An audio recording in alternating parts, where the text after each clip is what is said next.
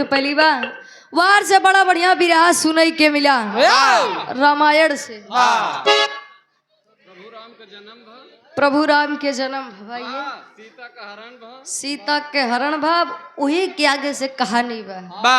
आए जब राम जी लंका पे चढ़ाई कई के लंका नगरी जीत के अयोध्या नगरी में वापस आए, तब एक अनोखी कहानी।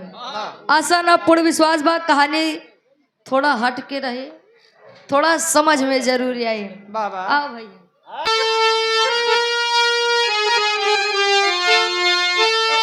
तो एक दिन राम सिया से बोले,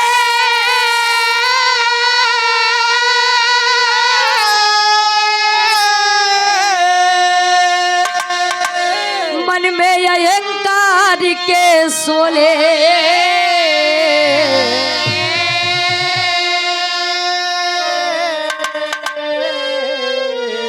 पूजो बाह हमारी कहन लगे मुस्कान।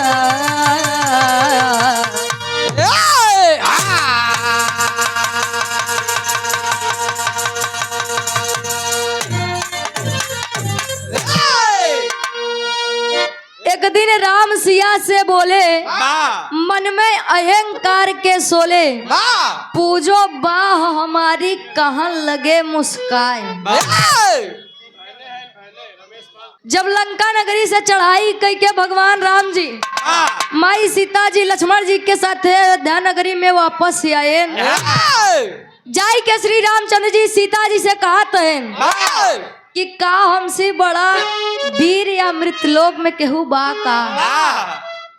हमका लागत है सीता तो कमरे बाह के पूजा करे के चाहिए, जैसी केहू नहीं जीत पावा। रावण ओका जिकरे 10 सिर रहन ओका हम मार गिराए, कुंभकर्ण जैसा योद्धा का मार गिराए। हमसे बड़ा वीर तीनों लोक में केहू नहीं बा। माई सीता जी जान गई भगवान हमरे प्रभु के घमंड सर चढ़ के बोलत बा, समाई गरा अहंकार हो बा। कबीर जी बड़ी बढ़िया गजल के भाव में संकेत करत हिनका।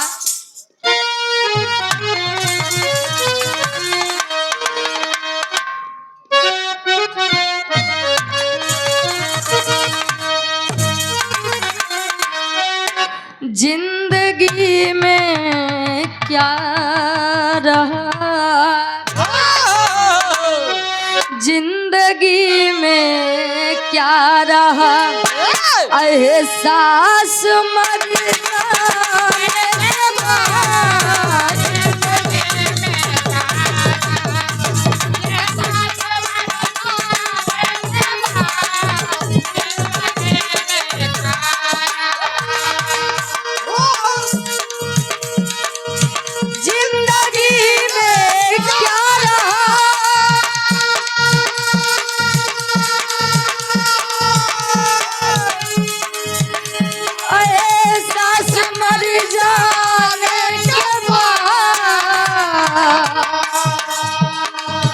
होश में आता है मानो,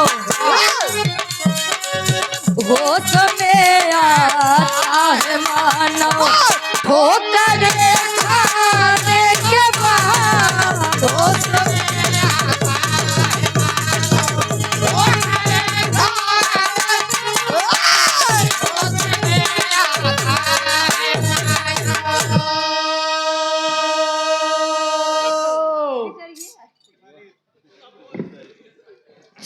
जिंदगी में क्या रहा एहसास मर जाने के बाद, होश में आता है मानो ठोकरे खाने के बाद।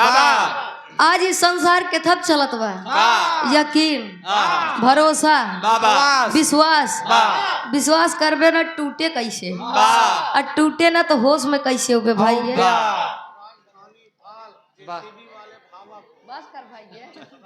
आप आदरणीय श्री राजधानी पाल जेसीबी वाले भावापुर की पावन धरती से 101 रुपए कमाना भाई। आप आदरणीय श्री महेश कुमार पाल जी 101 रुपए का महान आशीर्वाद गोड़ छुके पहली बार। वाह कवि जी भाव में बड़ी बढ़िया बात लिखत है इनका।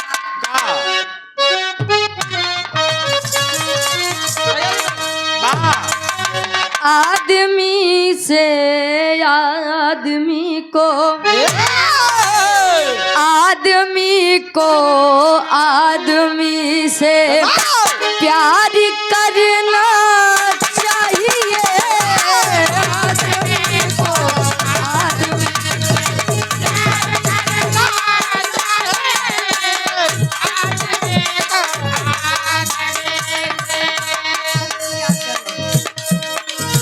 आदमी को आदमी से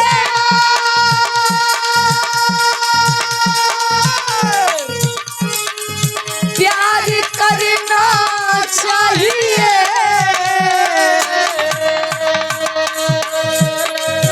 वक्त पर जो काम आए, वक्त पर जो काम आए, याद रखना चाहिए।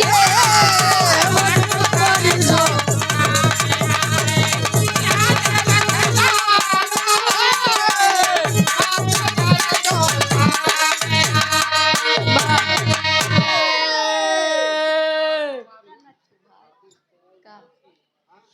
आप परम सम्मानित परम श्रद्धेय आदरणीय बबलू वाह प्रजापति है, अच्छा बबलू प्रजापति जी 51 रुपए का महान आशीर्वाद।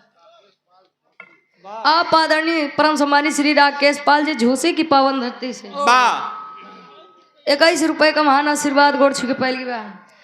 आदमी को आदमी से प्यार करना चाहिए, वक्त पर काम आए याद रखना चाहिए। कहा थे नहीं अगर बन जाए।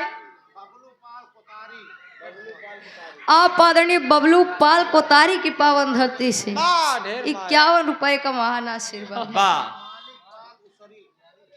मालिक पाल उसरी की पावन धरती से 51 रुपए का महान आशीर्वाद। कहा है पन ढेर जने रहत थे लेकिन बिगड़े पे बहुत कम जने रहत थे। तो जब बिगड़े पर साथे रहे वो कई साथ कभो न छोड़े चाहिए। हमरे विराह के कहानी के शुरुआत ही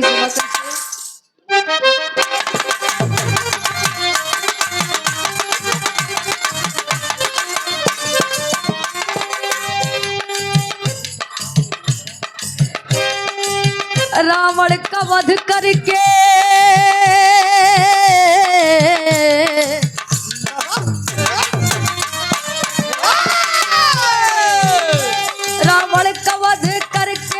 राम घर को आए हैं, घर घर में खुशी मनी दीप को जलाए।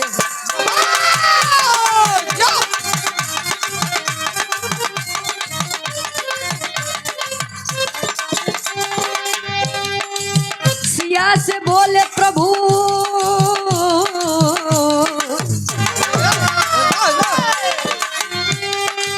सिया से बोले प्रभु वचन को सुनाए हैं, तू जो बाह मेरी हाथ को बढ़ाए हैं।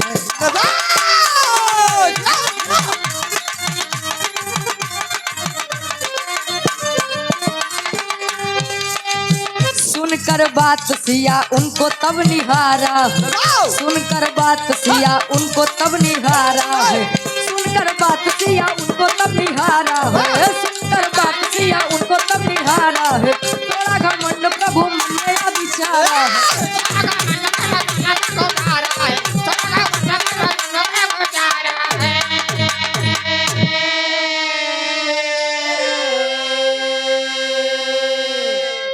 श्री रामचंद्र जी जब बोले कि सीता तो का मार वहाँ पूजे के चाहिए, कैसे कि हमसे बड़ा वीर या धरती पे केहू नहीं बा। मैं सीता जी समझ गई सारी बात।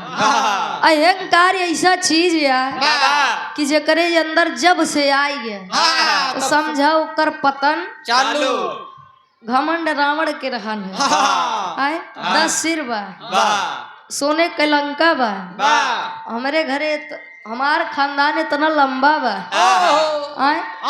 राम हमार कुछ कही नहीं सकते, लेकिन वो घमंड है भाई है। आज केहू दियो बत्ती दिखावे के नाई बचा बा। माई सीता जी कहीं बा पूजब, लेकिन प्रभु हमार पहले एक बात मानत तब कहन का बतावत वही गीत लगा।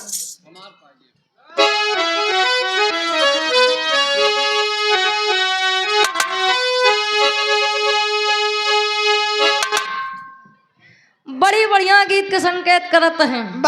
कोनो नई नवेली दुल्हन का पंकज भैया का तिनका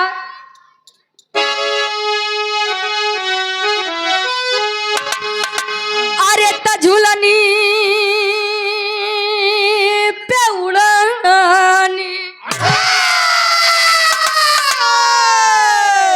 अरे तझुलनी पे उड़नी, अरे जहाजिया उड़ादा हमार पाइजे बरा जहीरा जड़ादा हमार पाइजे बरा।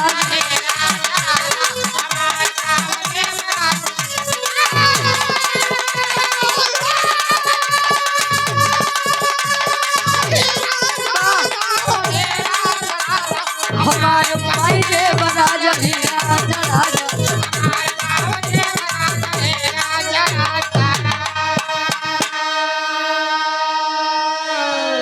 लेकिन माई सीता जी कहा तो प्रभु श्री रामचंद्र जी से कहा अरे बतिया के माना, अरे बतिया के माना, अरे बतिया के माना हमारे स्वामी तानी बतिया के माना हमारे स्वामी।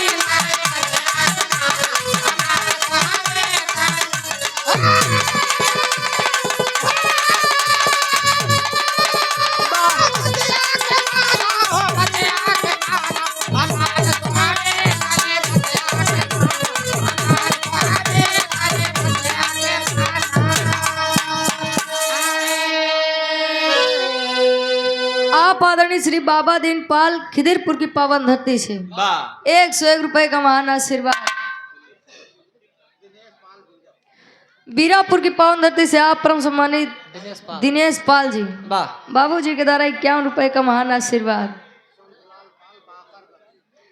आप आदरणीय श्री संतलाल पाल जी बाकरपुर की पावन धरती से, अच्छा हो गया, बाकरगंज की पावन धरती से 101 रुपए का महान आशीर्वाद।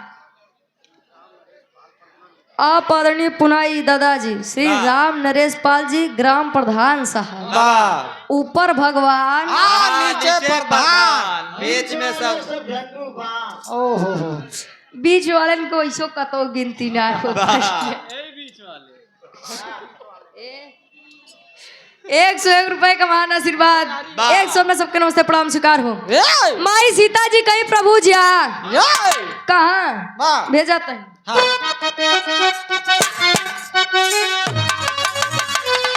अरे रहेला कोटाक्ष वन में अब एक ठी ललनवा, तो पहले हरावा जाई ओके सजनवा।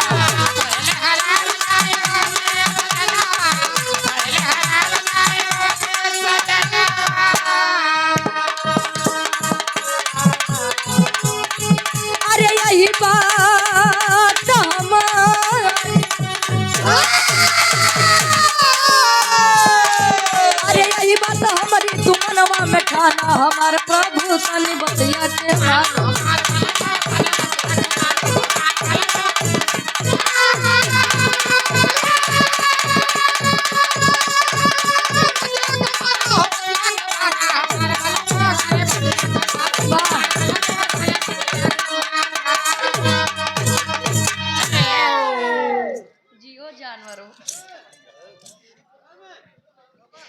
कहे कोटाक्ष वन में जा एक लड़का बा, अगर ओका नाथ विजयी ओसी हो जाबा, ओका पराजित कर देबा, ओका मार के गिराई देबा, तो हम खुशी खुशी आपका बाह पूजब। लेकिन पहले जाओ के मार के आवा। कदुआ डीह की पावन धरती से आप बिरहा गायक ने। अच्छा, सूरज यदुवंशी जी, वाह 101 रुपए का महान आशीर्वाद गोड़ छू के पहली बार वाह कहे, लेकिन वो लड़का बा कहे वही कोटाक्ष वन में वाह कहे कैसन वीर बा। वाह माई सीता जी बताओ तही प्रभु बात हुआ समय के बाद जब हमार बचपना रहन तब गीत बदल के भैया वाह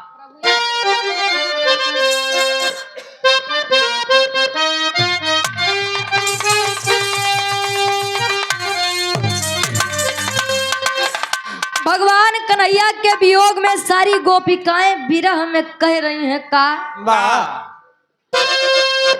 प्रभु आप बसो वृंदावन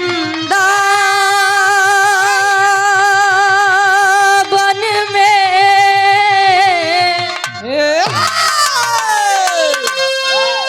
प्रभु आप बसो वृंदावन में, मेरी उम्र बीत गई गोकुल में, प्रभु आप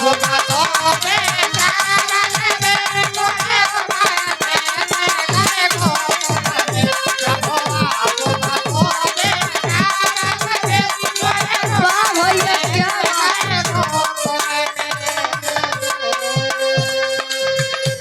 लेकिन माई सीता जी बतावत हिंका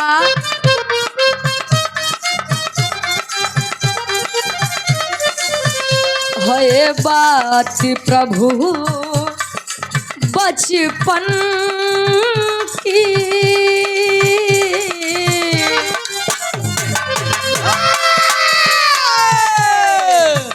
है बात प्रभु जी बचपन की, सखियन संग खेलन मन में गई, है बात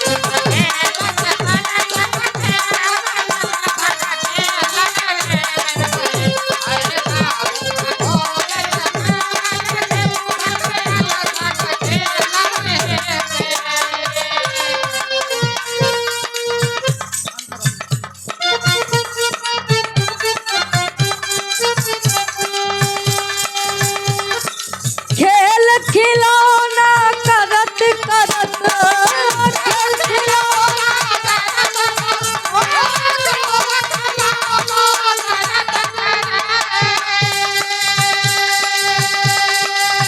एक बालक तैयार किया,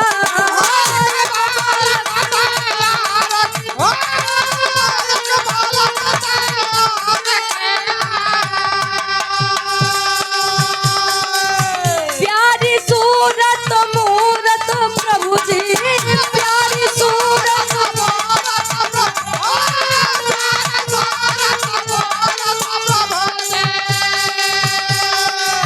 मन को मेरे झकझोर दिया,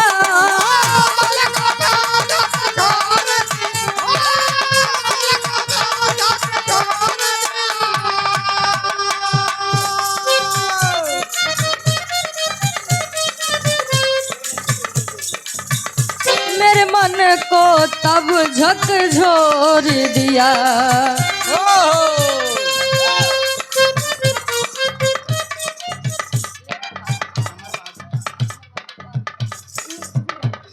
आप आदरणीय धर्म के बड़े भाई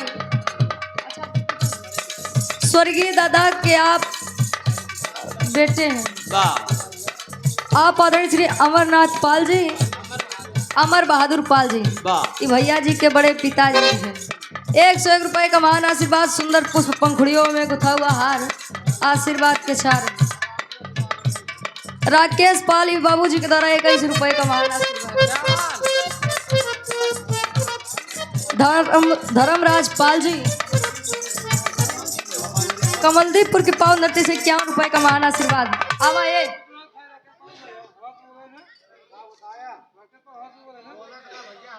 सुन ले बाबूजी, राकेश पाल जी 21 रुपए का महान आशीर्वाद, झोसी की पावन धरती से, चहवासपुर की पावन धरती से 21 रुपए का महान आशीर्वाद, गोड़ छू के पायल की भाई है।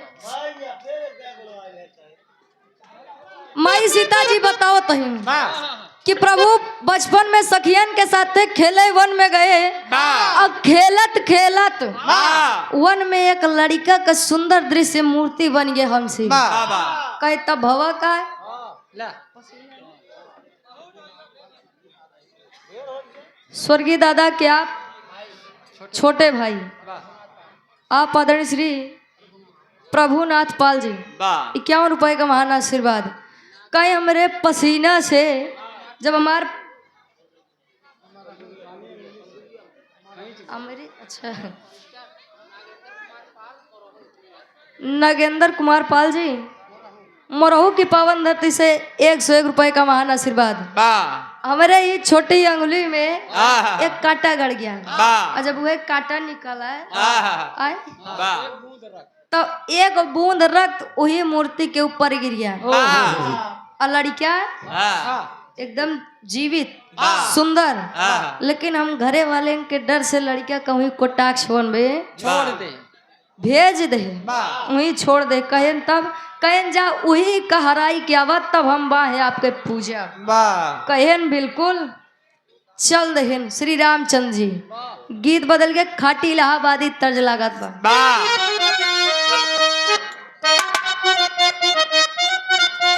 स्वर्गीय दादा श्री रामधार यादव जी का मैं का अरे झकोरा मार झुलनी ए बाबू झकोरा मार झुलनी काई साड़ी लहराए हो झकोरा लेकिन विराट सम्राट स्वर्गीय गुरु श्री हैदर अली जुगनू जी गवाई का अरे घुसूरी गवा बरधा ए पंचो घुसूरी गवा बरधा तसरी माझारी घुसूरी तनी से ले कहे गजब किहू बहिनी अरे गजब किहू बहिनी ता चीन्यू ना भतार हो गजब किहू विराह पे गौर करिए आप लोग। श्री रामचंद्र जी चल दिए पूरी पलटन सजा के का अरे तो से नवा सजाई ए बाबू से नवा सजाई ता चाले श्री राम हो से नवा सजाई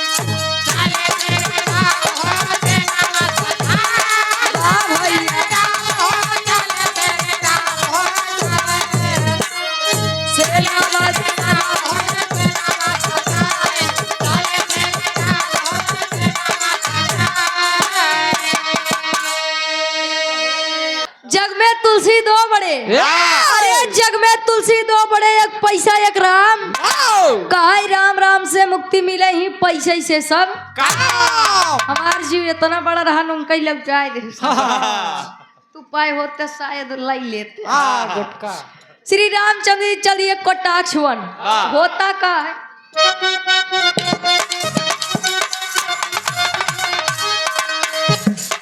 देख प्रभु राम जी के बोला है लाला नवा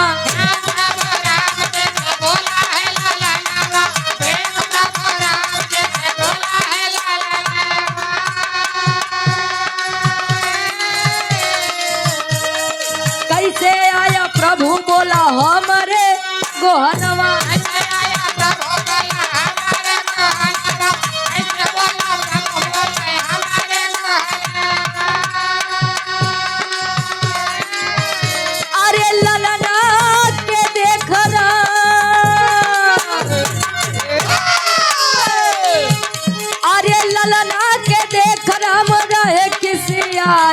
चले श्री राम कब से नवा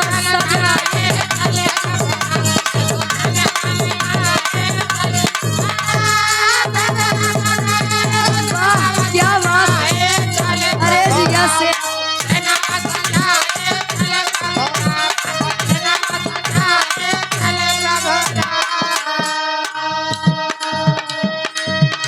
प्रभु रामचंद्र जी पहुंचन कोटाक्ष वन में जहाँ रक्तासुर था। अब रक्तासुर है रक्तासुर तो सोचत बा अहो भाग हमारे जो प्रभु हमारे द्वार पधारे लेकिन यार प्रभु श्री रामचंद्र जी अलगई मिजाज में है कैसे का मार गिराई कैसे हमार सीते हमारे बाह का पूजा करें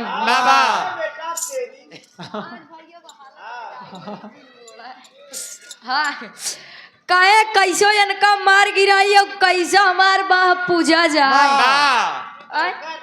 हमसे बड़ा वीर क्या हुआ है का हो आय?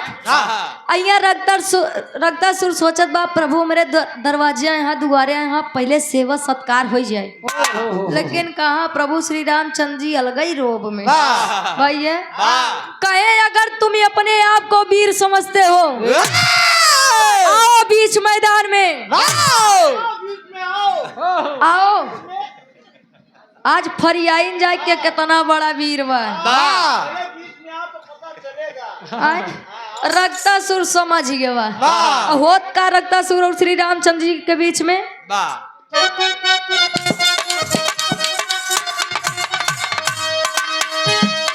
दोनों वीर वन में होला तब लड़ाई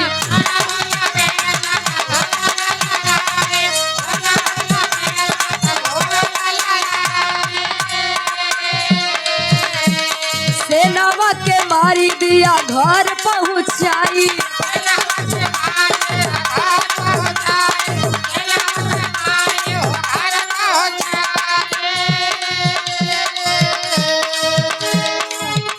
अरे सुनी के खबर माता अरे सुनी के खबर माता चली रही आई चले श्री राम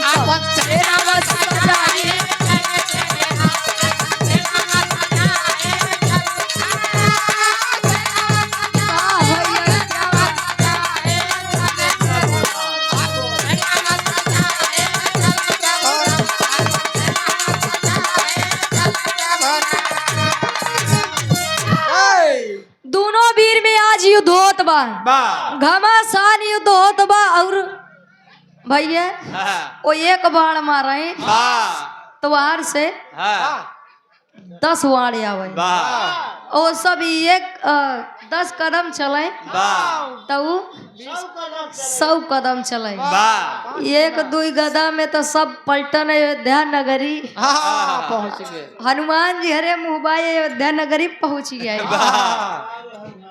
भैया हनुमान जी का बल याद दिवावे पर माई सीता जी कहीं का हनुमान घर हमारे कैसे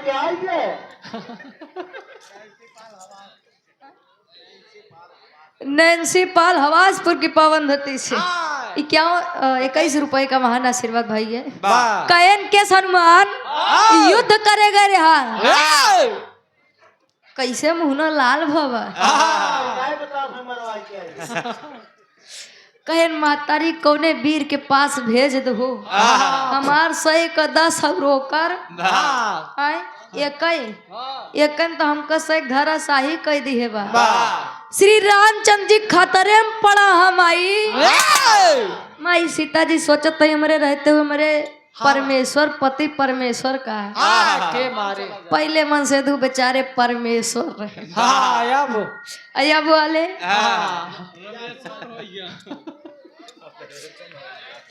पहले मेहरारू अपने उनका मानत भैया वाले दुल्हा भी आए पहले डेरात भैया ढेर आवे टिटी मन करे सालों 2 साल साथे रह जाए हमारी जिंदगी सफल है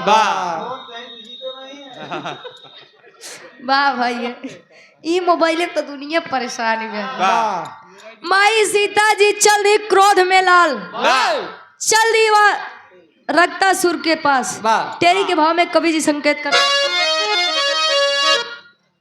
चला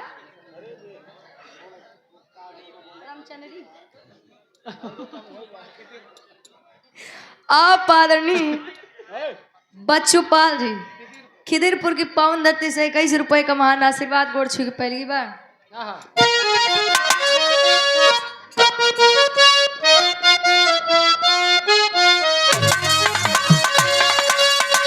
माता की ममता ज्वाला बन गई अरे माता की ममता ज्वाला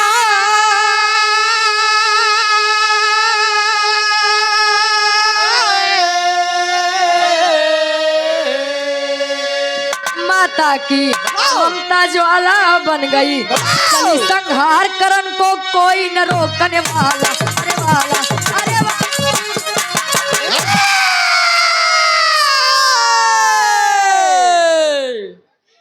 वाह जानवर, वाह अरे टवाकी टवाकी।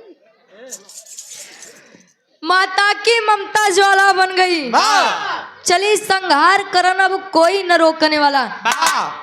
माई सीता जी क्रोध में एकदम काली हो गई, चल दी रक्तासुर के पास। भव का भाई है, पापड़ के भाव में कवि संकेत करता है।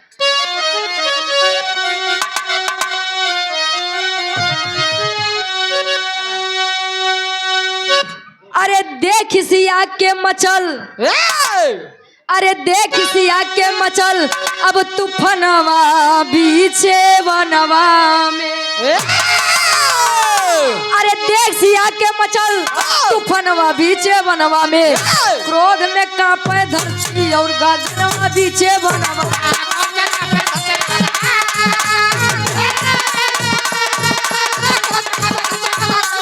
क्या बात है?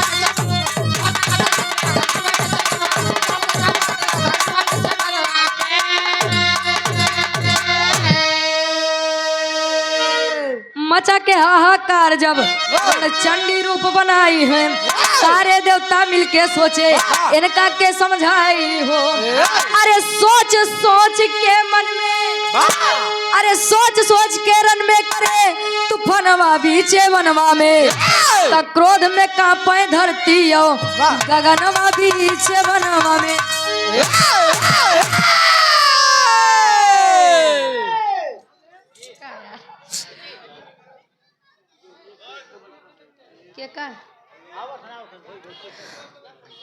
माई सीता के क्रोध देख के धरती और आकाश, धरती और पाताल, अरे हो गया वो धरती पाताल आकाश पाताल दोनों कांपा ही लगा। माई सीता का क्रोध में शरीर एकदम काली पड़ गए। देवता सोचा तो है अगर माई के रोका न गा तो शायद इस सृष्टि खत्म हो सके। जोगिया शेखपुर की पावन धरती से आप सूरज कुमार भैया जी के द्वारा 51 रुपए का महान आशीर्वाद। बाबू लागत है भैया धाई दे पी लेते। गोलू पाल मुआरी दूध वाले, वाह भैया 101 रुपए का महान आशीर्वाद। गोड़ छू के पहली बार धाई दे भैया पी लेते, हम गाँव की नहीं पी पाए। रोशनी पाल यश पाल तिवारी का पूरा की पावन धरती से 21 रुपए का महान आशीर्वाद। यार माई सीता जी काली रूप में जब आई, जय बार रक्तासुर का मारा, जय रक्त नीचे पड़ाए, तय नया रक्तासुर दोबारा जन्म ले ले। ऐसे तो धीरे धीरे ढेर खतरा बढ़ जाता। माई सीता जी सोचा तो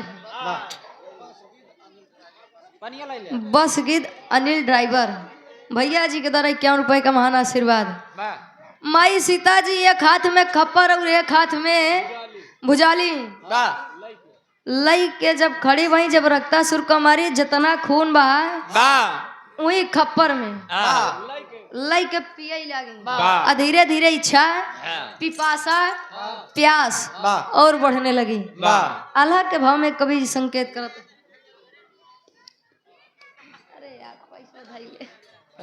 सूरज कुमार जोगिया शेखपुर की पावन धरती से 51 रुपए का महान आशीर्वाद।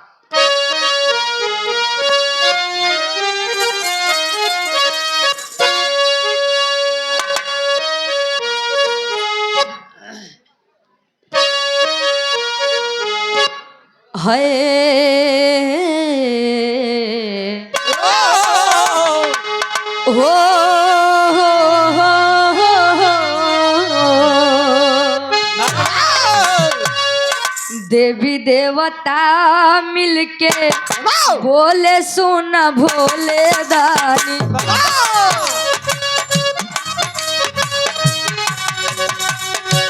दुनिया के बाटे बस आपके आधार।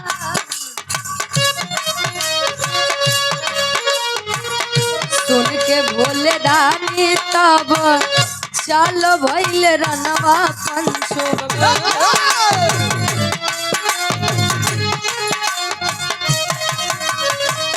जा देवी सीता मचाए हाहाकार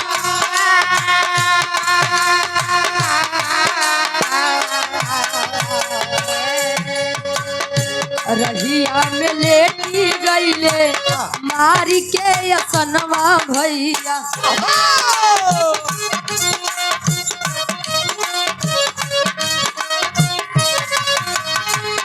जौने रहिया में देवी करल संहार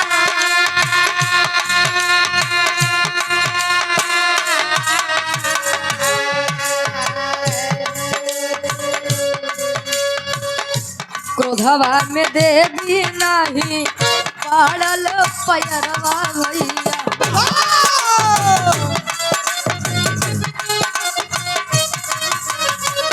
तबले नाग देवता देखा दिए फूफा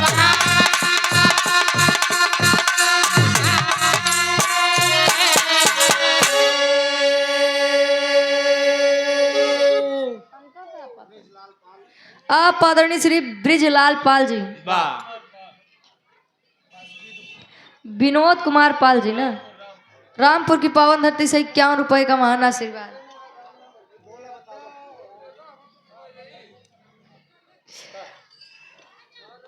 भगवान शंकर जी के पास सारे देवता है। अबे बताओ भाई भाई ना ये अंतरराष्ट्रीय देवता है। पहुंचे सारे देवता क्या यार पहुंचे भगवान शंकर जी के लगे कहे नाथ ये आप ही के आधार बा बाकी सब तक हार चुके। रुक जा यार राम ग्राम उसरी मैलहान नमो बहादुर पाल बाबूजी के द्वारा 51 रुपए का महान आशीर्वाद। ब्रिजलाल पाल बसजीत की पावन धरती बस गीत की पावन धरती से 51 रुपए का महान आशीर्वाद गोड़ छुके पहली बार। यार भगवान शंकर जी आए वही रण में जहाँ माई सीता जी काली के रूप में मारत कटत पूरी सृष्टि नाश करत जात रहे। भगवान शंकर जी बीचों बीच आई के लेट गए बड़काऊ रहन भाई। जब भगवान शंकर जी बीचे में लेट गए माई सीता जी के निगाह नहीं पड़ा तब वही सांप जब फुफकारे से नीचे देखे तो वही लात माई सीता के भगवान शंकर जी के ऊपर भाई है। कबीर जी आखिरी में खड़ी के भाव में संकेत करत है।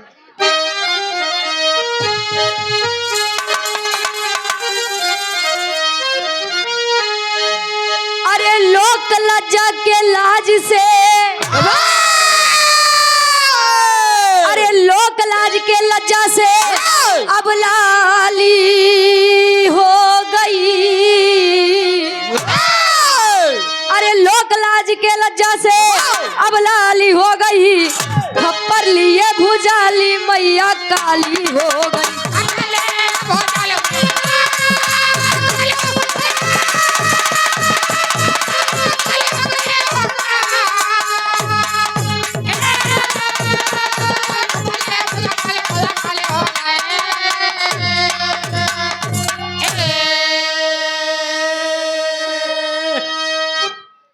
लोक लाज के लज्जा से लाली हो गई खप्पर लिए भुजाली मैया काली हो गई। जैसा कि आप सब देखे हो ये पिक्चर कैलेंडर में फोटो में देखे हुए कि शंकर जी के ऊपर माई काली के पैर एक रहा है वही सीता जी के काली के रूप बा और वही शर्म में पहले लोग अपने बड़काऊ परछाई बिरावत जेठाऊ जेठ जी।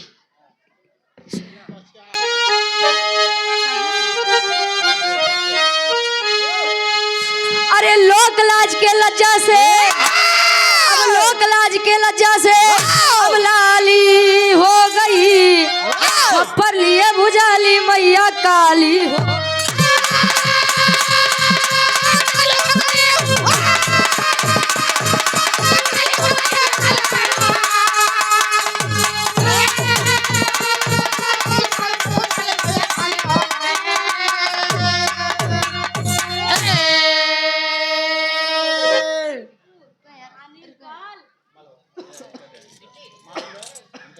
भैया ए भैया ए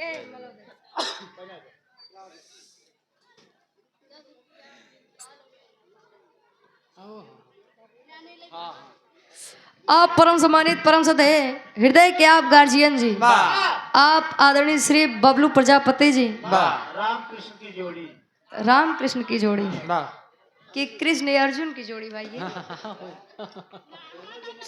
बनारस की पावन धरती से 201 रुपए का मान आशीर्वाद, सुंदर पुष्प पंखुड़ियों में गुथा हुआ हार, आशीर्वाद के चारे कि हम बच्चे अपनी कला में कामयाब। अनिल पाल बसगीत की पावन धरती से 21 रुपए का महान आशीर्वाद। अरे नयन गिरा के सीता देखे लेटे सिवधानी हो, ता देखे प्रभु के देवी सीता हुई शर्म से पानी।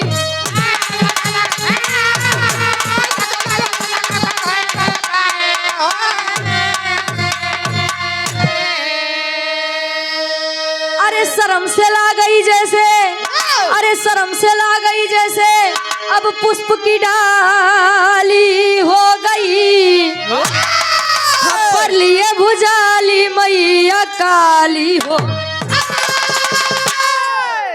माई सीता जी नीचे देखे तो भगवान भोलेनाथ लेटा है, शर्म के मारे माई सीता जी पानी पानी हो गई। और वही समय माई सीता जी के क्रोध शांत हुआ। मेरे विराह के शीर्षक काली, माई सीता जी के काली रूप भैया, और जहाँ से भैया विराह छोड़े रहे वहीं से विराह।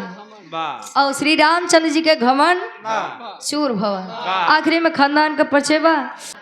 गुरु बिहारी, गुरु गणेश, गुरु रामलाल गुड़कारी।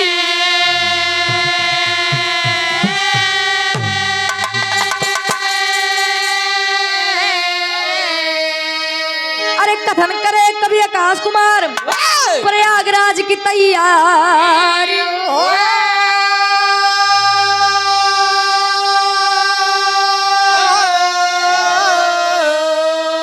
माता की ममता ज्वाला बन गई, अरे माता की ममता ज्वाला।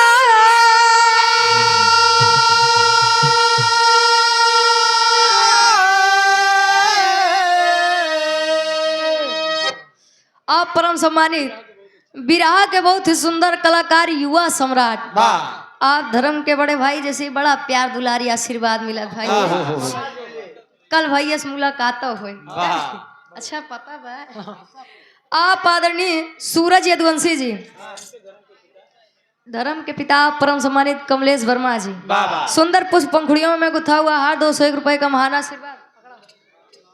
आशीर्वाद के चाह रहे कि हम बच्चे अपनी कला में कामयाब रहे। एक बार आप लोग भैया जी के नाम से एक बार जोरदार ताली बजाए दे भैया। प्रयागराज कहे नहीं से कंजूसी करबे तब कैसे चली। जे भाई ने बजाई अगले जन्म में। लाल बहादुर पाल जी 51 रुपए का महान आशीर्वाद, गोड़ छू के पहली बार। गुरु बिहारी, गुरु गणेश, गुरु रामलाल हितकारी।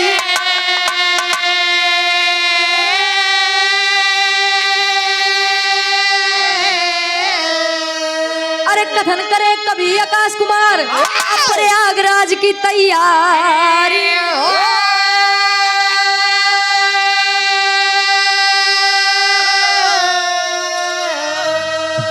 माता की ममता ज्वाला बन गई, अरे माता की ममता ज्वाला।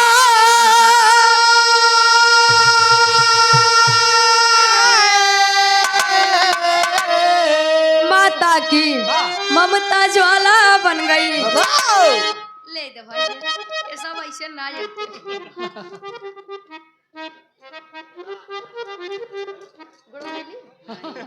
अच्छा हम सोचे धाई ग्वाला म्यूजिक प्रोपराइटर साहब धर्म के बड़े भाई आप नीरज यादव जी सुंदर पुष्प पंखुड़ियों में गुथा हुआ हार 101 रुपए का महान आशीर्वाद गोड़ छू के परिवार भाई है दिन रात तरक्की करे आज 100 देता अभियान 500 दे दिया आशीर्वाद के चाह रहे कि हम बच्चे अपनी कला में कामयाब रहे जितना भी राह के कार्यक्रम होत बा जितना चैनल लगा भैया पूछ ले जाया जे दिन है उनके नामो लिखे बिरहा सर्च कर सुनिए सुनई के मिले अब माता की ममता ज्वाला बन गई रुचि यादव गाँव में जतिया जे कर ग्वाला माता की ममता ज्वाला बन